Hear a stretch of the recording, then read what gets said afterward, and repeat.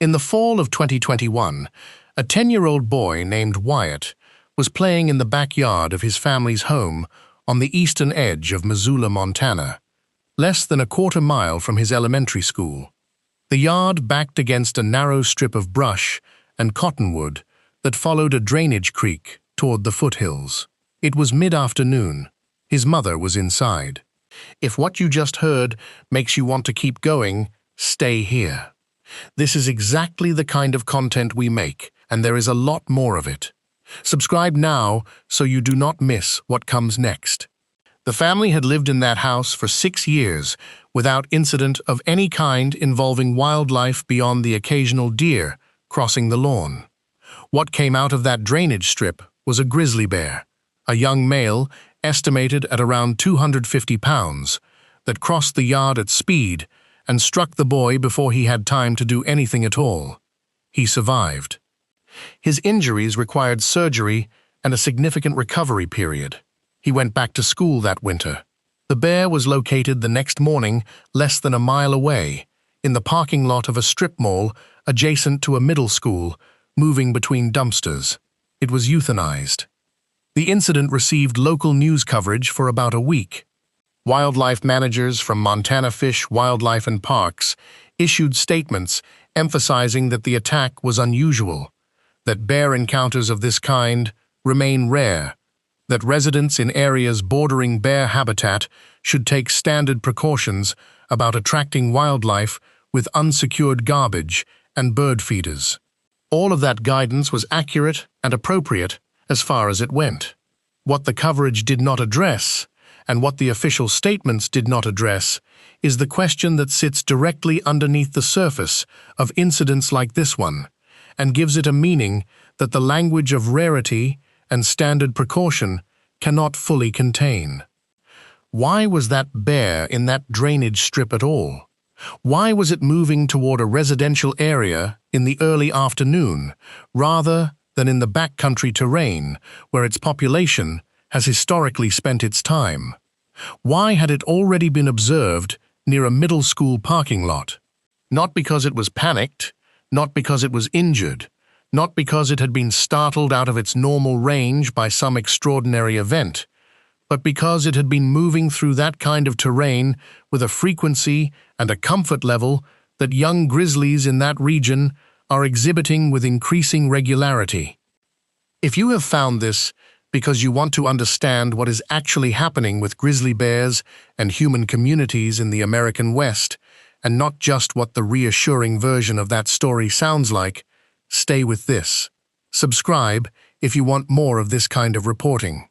This is going to take a while to tell properly, and it is worth telling properly because the thing that is happening is genuinely important, and it is not being communicated clearly in any of the forums where it should be.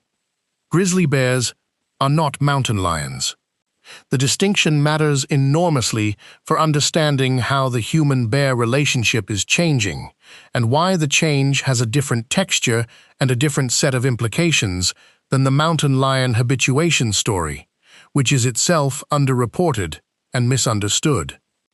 Mountain lions are solitary, cryptic ambush predators whose default response to humans is avoidance so complete that most people who have moved through mountain lion habitat their entire lives have never seen one.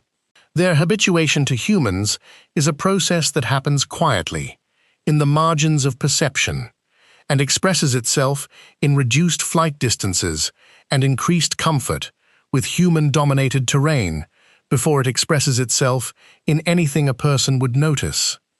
The shift in their behavior is invisible until it is not. Grizzly bears are different animals with different ecologies, different social structures, different cognitive capacities, and a fundamentally different relationship to risk assessment and learning.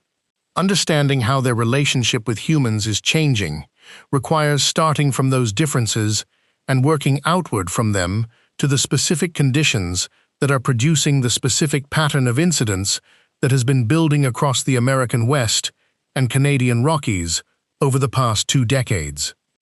The grizzly bear's range in the contiguous United States is a fraction of what it was 2 centuries ago. In 1800, grizzlies occupied roughly half of the North American continent, from the Pacific coast to the Great Plains, from northern Canada to central Mexico.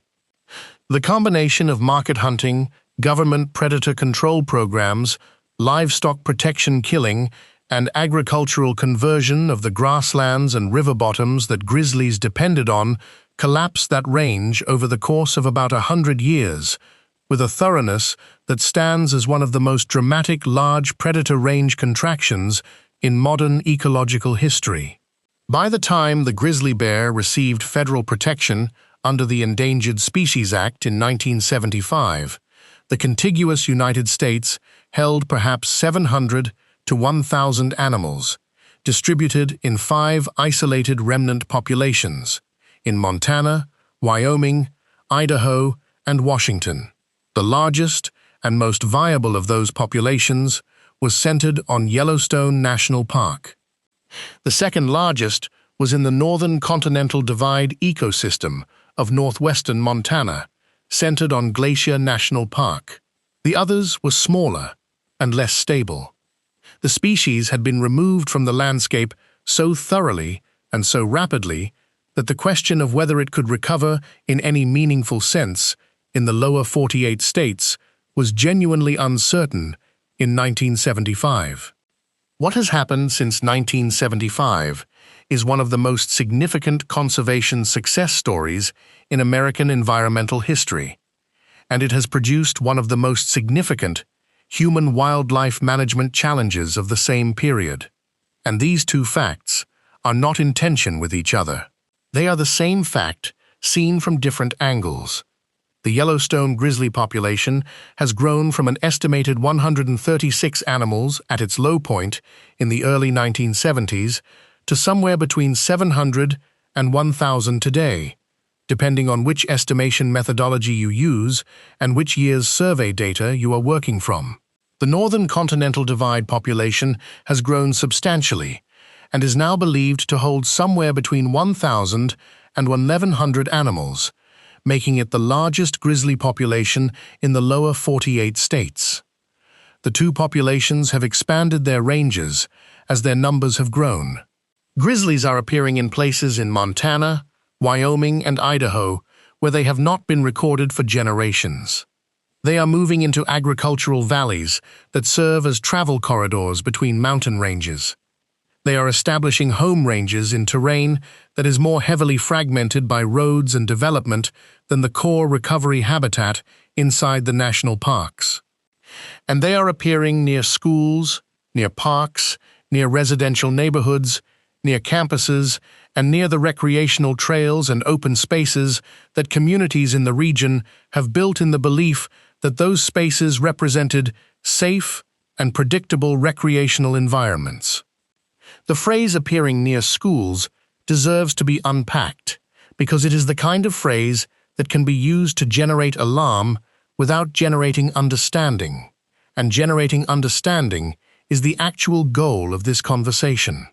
Grizzly bears appear near schools for specific reasons that are ecologically coherent and that, once understood, illuminate the broader pattern of what is happening at the interface between recovering grizzly populations and expanding human communities in the northern Rockies. The most important of those reasons is range expansion driven by population growth, and the most important thing to understand about that expansion is where it is going and why it is going there. Grizzly bears are not moving toward human communities because they are attracted to humans or because they have lost their natural wariness of people. The majority of grizzly bears in the recovering populations of the northern Rockies remain wary of humans and avoid close contact when they can. The expansion of their range into terrain that brings them into proximity with schools and residential areas is primarily a function of where the available habitat is and where the food resources that drive their movement decisions are located. As grizzly populations have grown within their core recovery areas, the demographic pressure pushing young bears to disperse outward has increased. Subadult males, the demographic most likely to be involved in human encounters, are pushed out of core habitat by older, dominant males who control the best food resources and the access to females. They move through the landscape looking for unoccupied territory. The landscape they are moving through is not the unbroken wilderness of 2 centuries ago. It is a mosaic of national forest, private ranch land, agricultural fields, small towns, recreational corridors, and developed subdivisions. The expanding edge of Grizzly Range is, in many places, the edge of that mosaic. The bears do not recognize the distinction between protected backcountry and unprotected exurban fringe. They recognize food, cover, and the absence of animals that threaten them. If those conditions are present in terrain adjacent to a school, that is where they will be. The food dimension of this picture is central to understanding why the proximity pattern is not random. Grizzly bears are extraordinarily opportunistic omnivores whose diet shifts dramatically across seasons and whose movement decisions are driven primarily by caloric opportunity. They are one of the most cognitively sophisticated foragers in the mammalian world. Research on grizzly cognition has consistently shown that individual bears learn the locations of high-quality food sources with a precision and a retention that is remarkable. They remember the locations of specific berry patches, whitebark pine cone production areas, spawning stream segments, and ungulate calving grounds across years, and return to them with navigational accuracy. They also learn the locations of human-associated food sources, with exactly the same cognitive machinery applied to exactly the same learning process. Unsecured garbage, fruit trees, outdoor pet food, bird feeders, beehives, agricultural grain, compost piles, and the carcass pits that some ranching operations use to dispose of dead livestock are all high-calorie, low-effort food sources that grizzly bears discover, remember, and return to. The community or property that attracts a grizzly bear once, with an unsecured food source, has, in a very real sense, trained that bear to associate that location with caloric reward. The bear will return. It will bring the behavioral pattern with it.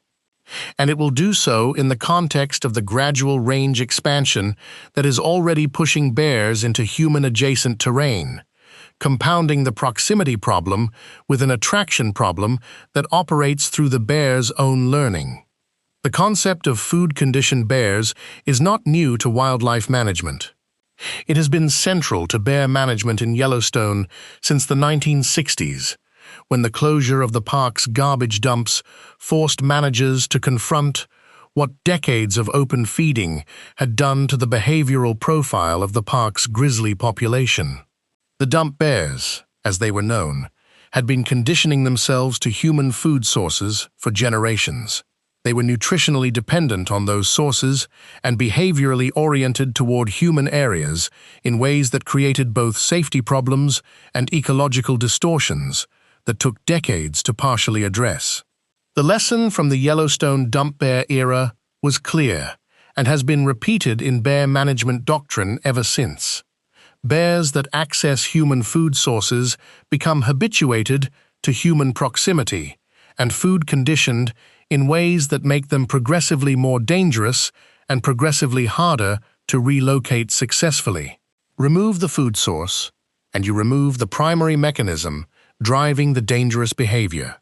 Fail to remove the food source, and you produce bears whose behavioral profile is fundamentally different from wild-conditioned individuals, and whose management options are limited and expensive. The lesson has been learned imperfectly, not because wildlife managers have forgotten it, but because the structural conditions that create food conditioning opportunities are not primarily controlled by wildlife managers. They are controlled by the behavior of hundreds of thousands of individual households, businesses, ranches, and municipalities across the Grizzly Range, none of which are under centralized management authority, and many of which have not yet encountered a bear and have not yet made the connection between their own practices and the bear management problem that is developing in their region. The garbage management infrastructure in communities at the expanding edge of Grizzly Range is, in many places, not designed for bear country. Dumpsters are not bear-proof. Residential garbage service uses cans that are not bear-resistant. Fruit trees in residential yards drop fruit that accumulates on the ground and produces a caloric bonanza for any bear that discovers it. These are not exotic or specialized attractants. They are features of normal residential life that have existed in these communities for decades without producing bear management problems, because grizzly bears were not present at the edge of those communities until recently. The communities were not designed with grizzlies in mind because grizzlies were not there. Now grizzlies are approaching and in some cases entering those communities, and the infrastructure question of whether the communities are designed to minimize food conditioning opportunities is not being addressed at a scale or a speed commensurate with the rate of range expansion. The speed of range expansion is itself something that the available data is beginning to document in ways that change the timeline for when these management questions become urgent. Grizzly bear range in the northern continental divide ecosystem has expanded measurably southward and eastward over the past 20 years. Bears are being documented in the Blackfoot Valley, the Swan Valley, the Mission Valley, and along the Rocky Mountain front, in numbers and with a regularity that represents a genuine range expansion rather than occasional dispersal events. Some of these areas are agricultural valleys with significant human populations. Some of them contain towns of several thousand people. Some of them have school facilities, recreational parks, and trail networks that were developed in areas that have historically been outside effective grizzly range. The expansion into these areas is not uniform. It follows habitat corridors, drainage systems, forest patches, and the movement networks that grizzly bears use to navigate through fragmented landscapes. But the direction of the trend is consistent, and the speed is not slow. In Wyoming, the situation around the greater Yellowstone ecosystem presents a version of the same dynamic, with some specific features that make it both better documented and, in certain respects, more politically fraught. The Yellowstone grizzly population has met its recovery targets under the Endangered Species Act by any reasonable biological measure.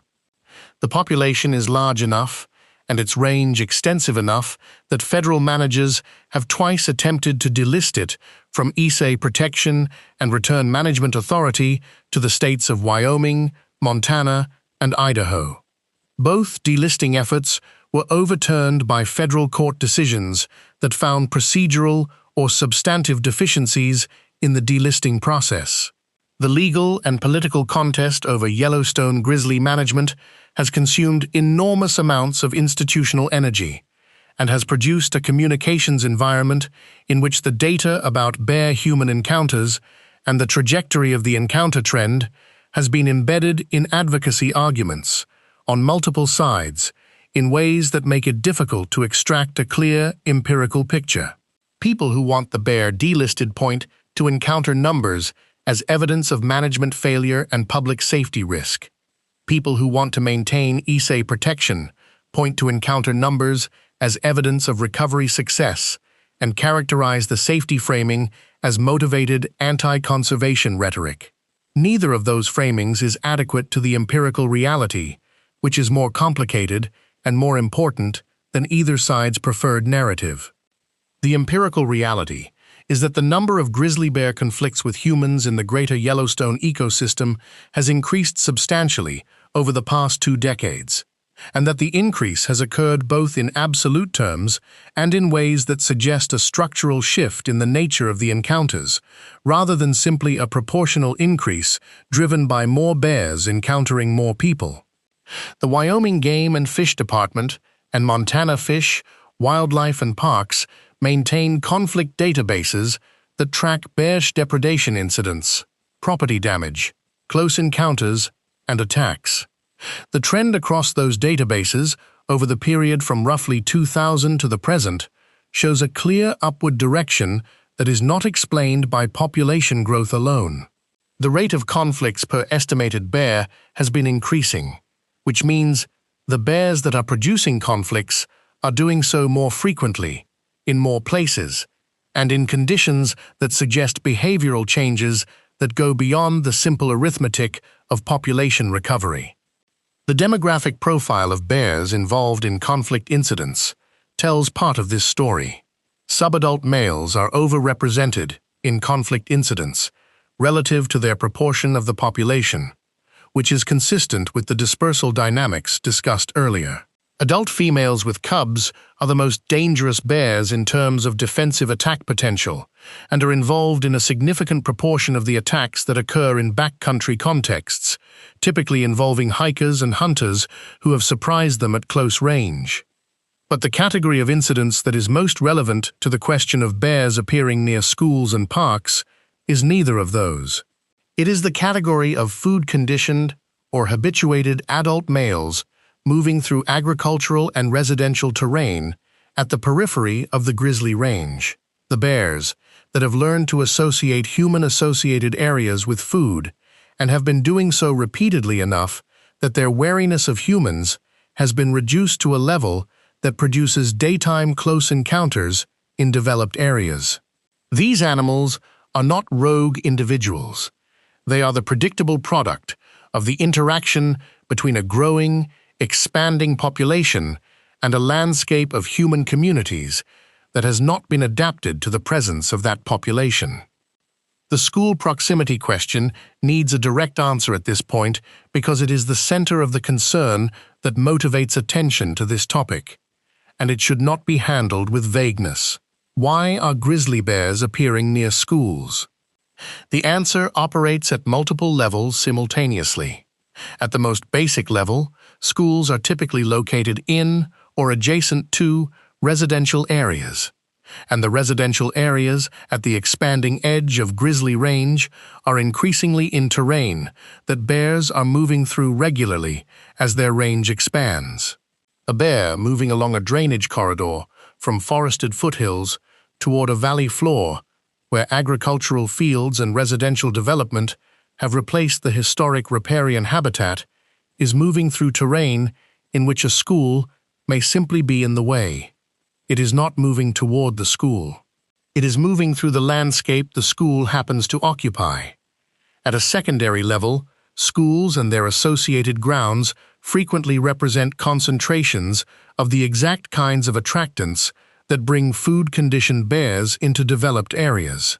Fruit trees, planted as landscape vegetation in schoolyards, unsecured dumpsters behind cafeteria facilities, compost or garden programs that create food odors, bird feeders in nature education areas. These are not hypothetical attractants. They are documented features of actual bear incidents at school properties in Montana and Wyoming.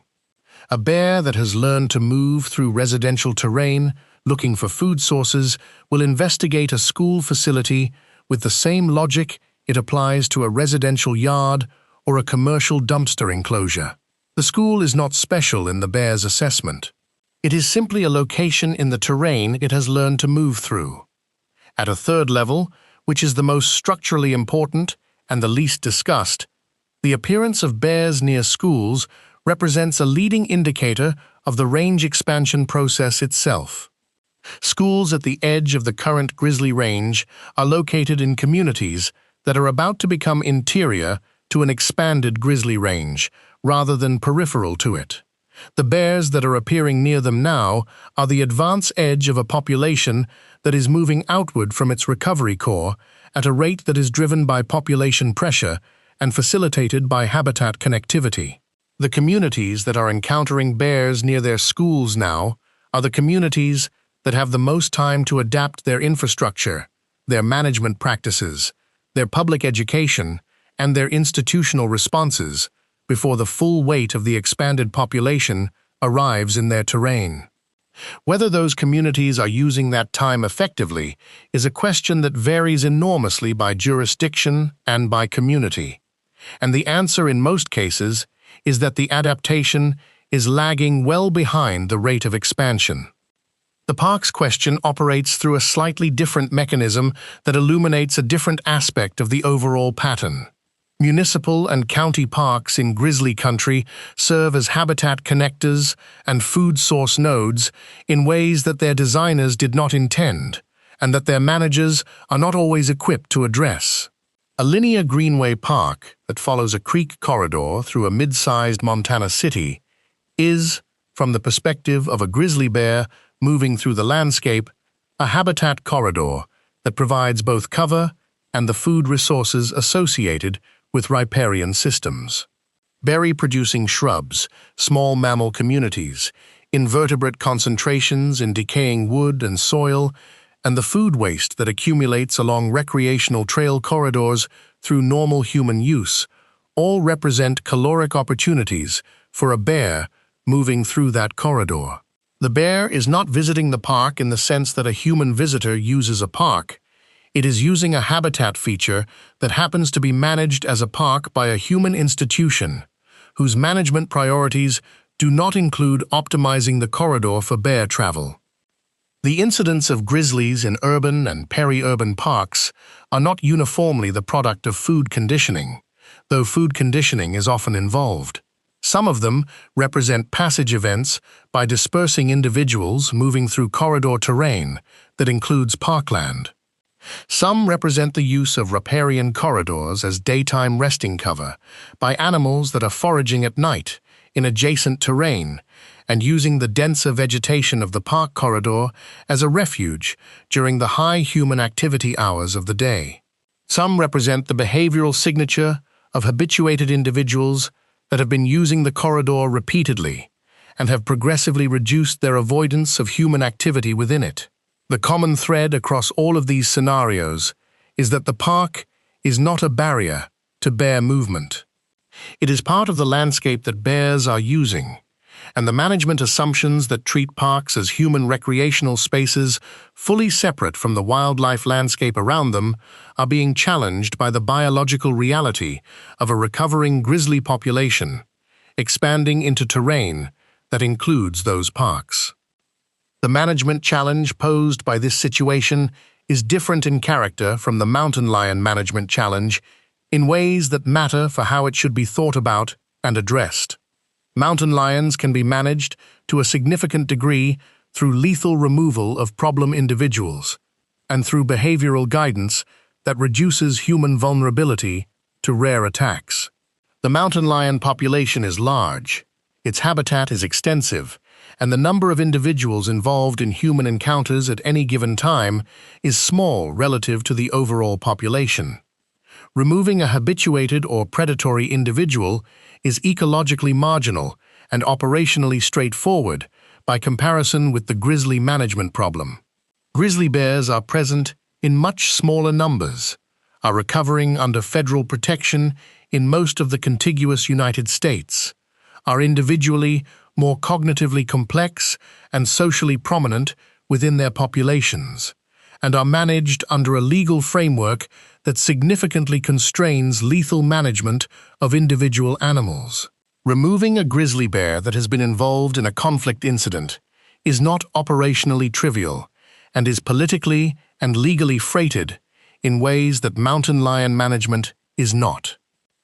The alternative to lethal removal as the primary management tool is a suite of non-lethal approaches, whose effectiveness has been studied extensively and whose track record is genuinely mixed depending on the specific technique, the specific bear, and the specific context in which they are applied. Aversive conditioning, the deliberate use of unpleasant stimuli to reinforce avoidance of human areas in individual bears, has produced good results in some programs and poor results in others. The effectiveness of aversive conditioning appears to depend heavily on the timing of the intervention relative to the degree of habituation already present, the consistency with which aversive stimuli can be delivered across the bear's home range, and the degree to which food attractants in the target area have been reduced simultaneously. an aversive conditioning program that operates on a bear that still has regular access to unsecured garbage, is conditioning one behavioral response while another part of the bear's learning is simultaneously reinforcing the opposite response. The net result is unreliable. Translocation. Moving a problem bear to a more remote location within its species range has a similarly mixed track record with grizzlies that has been extensively documented in the management literature.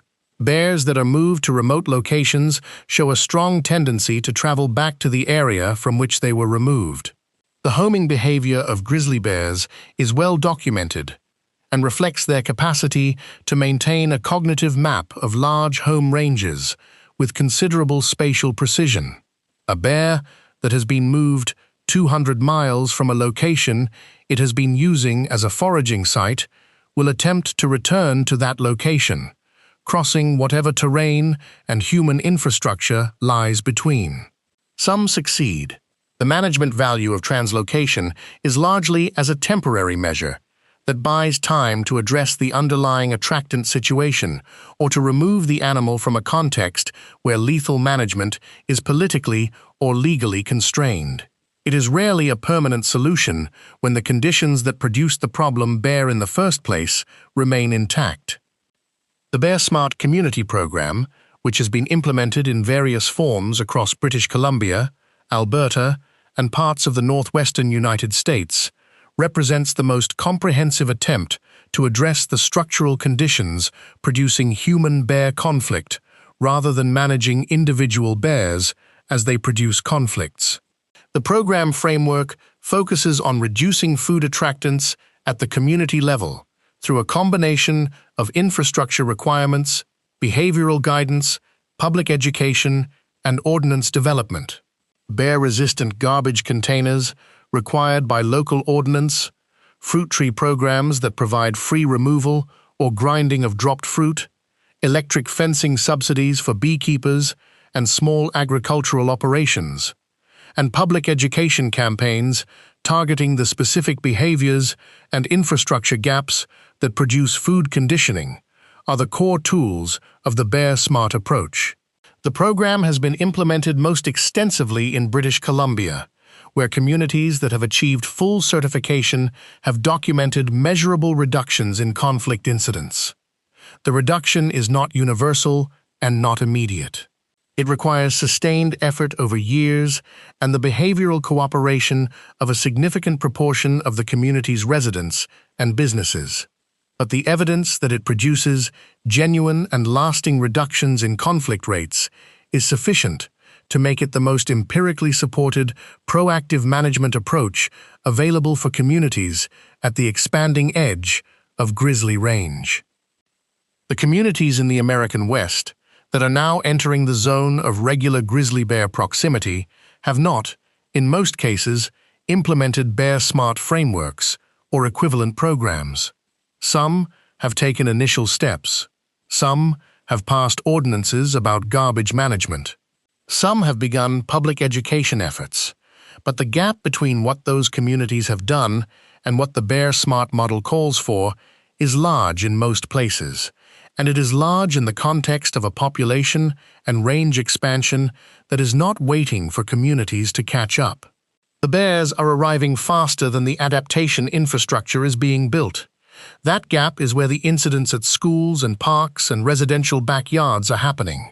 Not because grizzly bears are becoming more aggressive as a species, not because recovery has failed, but because the human landscape that grizzly bears are expanding into was not built for them, is not being retrofitted for them quickly enough, and in many cases does not yet recognize that the animals are close enough to require immediate structural attention. The attack record deserves the same kind of honest examination that it receives in the mountain lion context, with the same commitment to neither understating nor overstating the risk. Grizzly bears have killed people in North America throughout the recorded period of contact between the species and European-descended civilization. The number of fatalities is not large in the statistical sense that matters for individual risk assessment, but it is substantially larger than the mountain lion fatality record and reflects the different nature of grizzly bear predatory and defensive behavior relative to mountain lions. Grizzly bear attacks fall into two broad categories in the management literature: defensive attacks and predatory attacks. And the distinction is important for understanding both the risk profile and the appropriate behavioral response. Defensive attacks, which represent the majority of grizzly bear attacks historically, occur when a bear is surprised at close range, when a female with cubs perceives a threat to her offspring, or when a bear defending a food cache responds to an approach it interprets as a challenge. The appropriate behavioral response to a defensive grizzly attack is to play dead, specifically to lie face down with hands clasped behind the neck, protecting the vital areas while presenting a posture that signals submission and the cessation of threat. This response works with remarkable consistency when it is applied correctly and when the attack is genuinely defensive. The bear is trying to neutralize a perceived threat, not to kill and consume prey. Once the threat response is satisfied, the bear typically withdraws. Hikers in Glacier and Yellowstone, who have played dead during surprise encounters with grizzly females, have survived attacks that began with the full force of a large bear's aggression, because the defensive motivation of the attack meant that cessation of resistance ended the attack. Predatory attacks are the category that represents the most serious departure from the historical baseline. A predatory grizzly bear attack is one in which the bear is not surprised, is not defending cubs or a food cache, and is not responding to a perceived threat. It is an attack motivated by food acquisition. The bear has identified a human as potential prey and is attacking with the intent to consume. Predatory attacks require the opposite behavioral response from defensive attacks. Playing dead in a predatory attack does not satisfy a defensive motivation, because there is no defensive motivation. The attack will not stop. The appropriate response is to fight back with maximum aggression using any available tool: bear spray, rocks, sticks, fists. The goal is to convince the bear that the cost of the attack outweighs the caloric benefit, which requires making the attack expensive in terms of the bear's own safety. Predatory grizzly attacks have historically been rare enough to represent a small subset of the total attack record. They have been associated most frequently with specific conditions that parallel the mountain lion attack profile. Night or low-light encounters in tent camping contexts, where a sleeping human in a sleeping bag represents a prey-like profile to a bear that has overcome its wariness of human scent through prior habituation. Attacks on children. Attacks on solitary individuals in remote terrain. Attacks by nutritionally stressed individuals or by individuals showing signs of prior habituation. The recent trend data on grizzly attacks in the northern Rockies shows that predatory attacks, while still a minority of the total, are increasing in frequency relative to defensive attacks. This is the signal that independent researchers working on human-grizzly coexistence have been documenting, and that the official communications have been slowest to address directly. The increase in predatory attacks is not a large number statistical trend. We are talking about an increase from very low to somewhat higher over a decade of data, in a region with a growing bear population and an expanding interface between bear range and human communities. But the direction of the trend and the behavioral conditions producing it are coherent in ways that distinguish it from random variation. The predatory attack incidents in the recent record share a cluster of features that parallel the mountain lion attack cluster remarkably closely.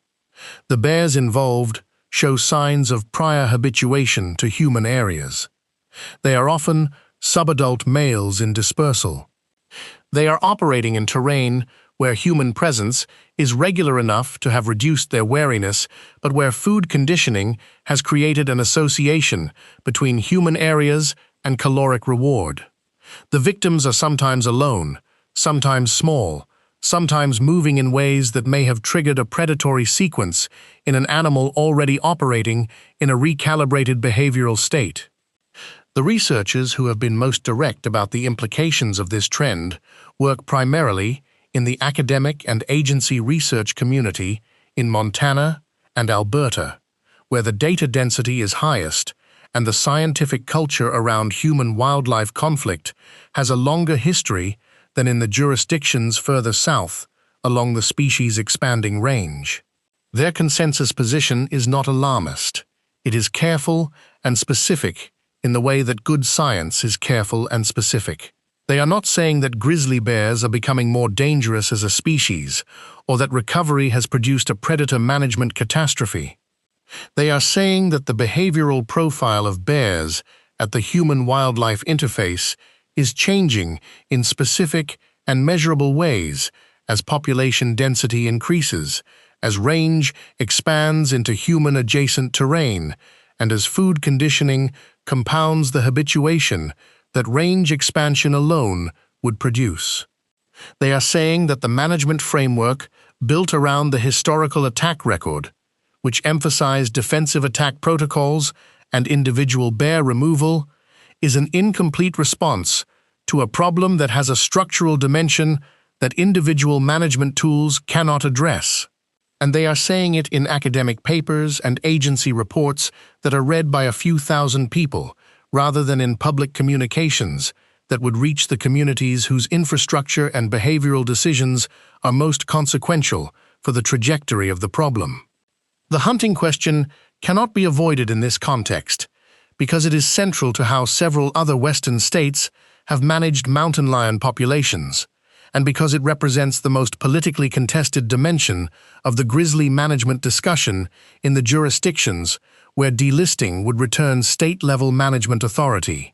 The argument that regulated sport hunting of grizzly bears would improve human safety by selecting against habituated individuals, maintaining a level of human wariness in the population, and providing a management tool more flexible than the lethal removal of individual problem bears, is made by wildlife managers in Wyoming, Montana, and Idaho who have argued for delisting. The counter-argument that hunting a species still recovering from near extinction in the lower 48 states is ethically and ecologically premature, that hunting does not reliably select against the behavioral profiles associated with human conflict, and that the management needs of a recovering population are different from those of a fully established one, is made by conservation organizations and researchers who have argued against delisting. Both arguments contain empirical elements that deserve honest examination rather than dismissal in either direction. The empirical core of the hunting argument is the evidence from Canadian and Alaskan populations, where grizzly bears are hunted under regulated harvest programs and where the behavioral profile of bears in hunted areas differs from that of bears in protected areas in ways that some research has documented as reduced habituation rates and increased flight distances from humans. The mechanism proposed is that hunting creates a learned association between humans and lethal risk at the population level, transmitted through individual learning and potentially through social learning among bears that observe or respond to the outcomes of human-bear encounters in hunted terrain. The research on this mechanism is real, and the effect, where it has been documented, is real. The question is whether it is large enough and reliable enough to constitute a meaningful management tool for the specific problem of habituated, food-conditioned bears at the human-wildlife interface, or whether it is an effect that operates primarily in backcountry contexts and has limited relevance to the behavior of bears already deep in a habituation process driven by food conditioning in residential terrain. The empirical core of the anti-hunting argument in this specific context is the evidence that hunting regulations, as currently designed in the states that would receive management authority, are not specifically designed to select for habituated individuals, and would more likely harvest wilderness-dwelling bears that are not the source of the human conflict problem. A hunter in the backcountry of the Absaroka Beartooth Wilderness shooting a wild-conditioned grizzly that has never been near a human food source is not reducing the habituation rate in the bears that are appearing near schools in the Gallatin Valley. The management tool and the management problem are not well matched in spatial or behavioral terms. This does not mean hunting has no role in grizzly management. It means that hunting, as a tool specifically calibrated to reduce human-bear conflict in the contexts where that conflict is increasing, is not the tool being proposed. What is being proposed is hunting as a general management mechanism for a recovering population, and the human safety argument is being used to support a proposal that is primarily about population management, rather than conflict reduction. None of this policy analysis resolves the practical question facing communities in the expanding Grizzly Range who need to know how to respond to the situation they are in right now, before any of the contested management and policy questions are resolved. The practical question is what individuals and communities can do to reduce the risk of negative outcomes as bears move into the terrain adjacent to schools, parks, and residential neighborhoods. The answer to that question is better documented and more actionable than the policy debate suggests, and it starts with food attractants, because food attractants are the primary mechanism linking bear presence to bear conflict. Every community at the edge of or within Grizzly Range needs bear-resistant garbage infrastructure as a baseline, not as a recommendation, as a requirement. The evidence that unsecured garbage is the primary driver of food conditioning in bears moving through human-adjacent terrain is overwhelming and has been replicated across decades of management data, from Yellowstone, Glacier, the Canadian Rockies, and Alaska. Communities that have converted to bear-resistant garbage systems and enforced their use have documented measurable reductions in bear conflict incidents. The cost is real. Bear-resistant dumpsters and cans are more expensive than standard models. The financial burden on municipalities and individual households is not trivial. But it is not large in the context of what bear conflicts cost in terms of property damage, management response, and the lethal removal of individual bears that represent irreplaceable members of a still recovering population. Schools, specifically, need infrastructure assessments that examine their facilities through the lens of bear attractants. Cafeteria waste management, landscape vegetation, garden and compost programs, bird feeding stations in nature education contexts, and the management of food during outdoor events and recreation periods are all areas where relatively straightforward changes in practice can reduce the attractant profile of a school facility significantly. The implementation of those changes requires awareness of the problem, which requires communication from wildlife agencies to school administrators that is specific and actionable rather than general and reassuring. The communications that have been reaching schools in many communities at the edge of Grizzly Range are still primarily in the mode of general awareness rather than specific facility guidance, and the gap between those two modes of communication is where unnecessary risk accumulates. The individual behavioral guidance for people recreating and living in areas now within or adjacent to expanding Grizzly Range is clear and well-established and deserves to be stated directly. Carry bear spray and know how to use it. Bear spray has been demonstrated in the empirical literature to be more effective at stopping bear attacks than firearms, in the specific encounter contexts most common to non-hunting recreationists, and more effective at producing outcomes that do not require the death of the bear. The evidence on this point is not ambiguous.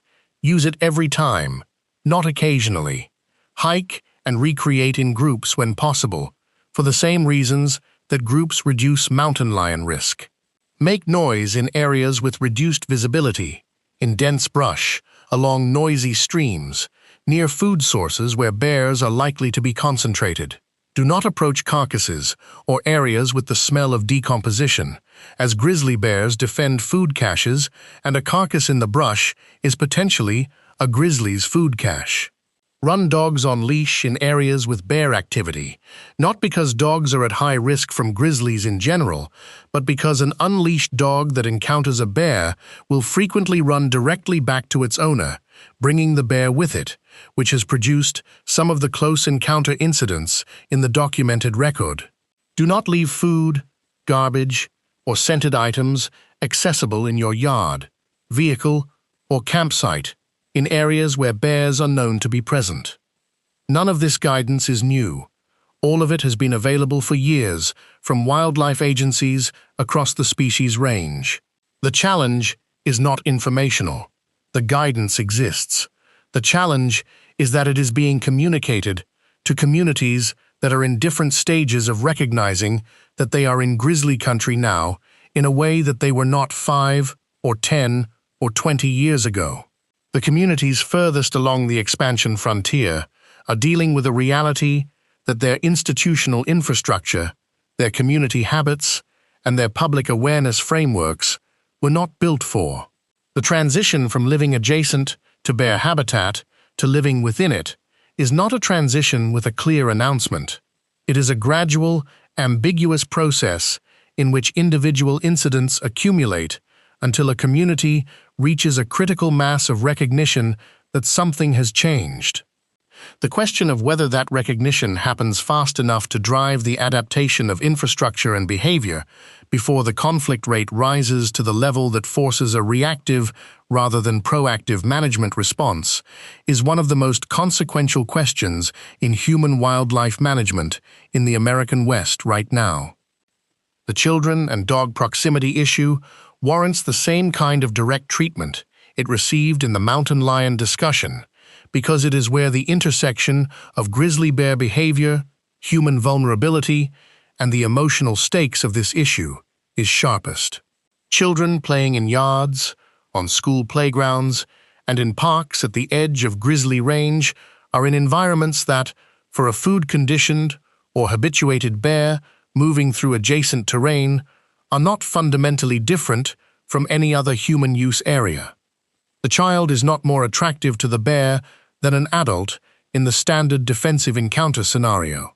In the predatory encounter scenario, which is rare but is the scenario that drives the most serious injury outcomes, the size and behavioral characteristics of a child represent a different and more concerning profile than an adult, for reasons parallel to those described in the mountain lion discussion.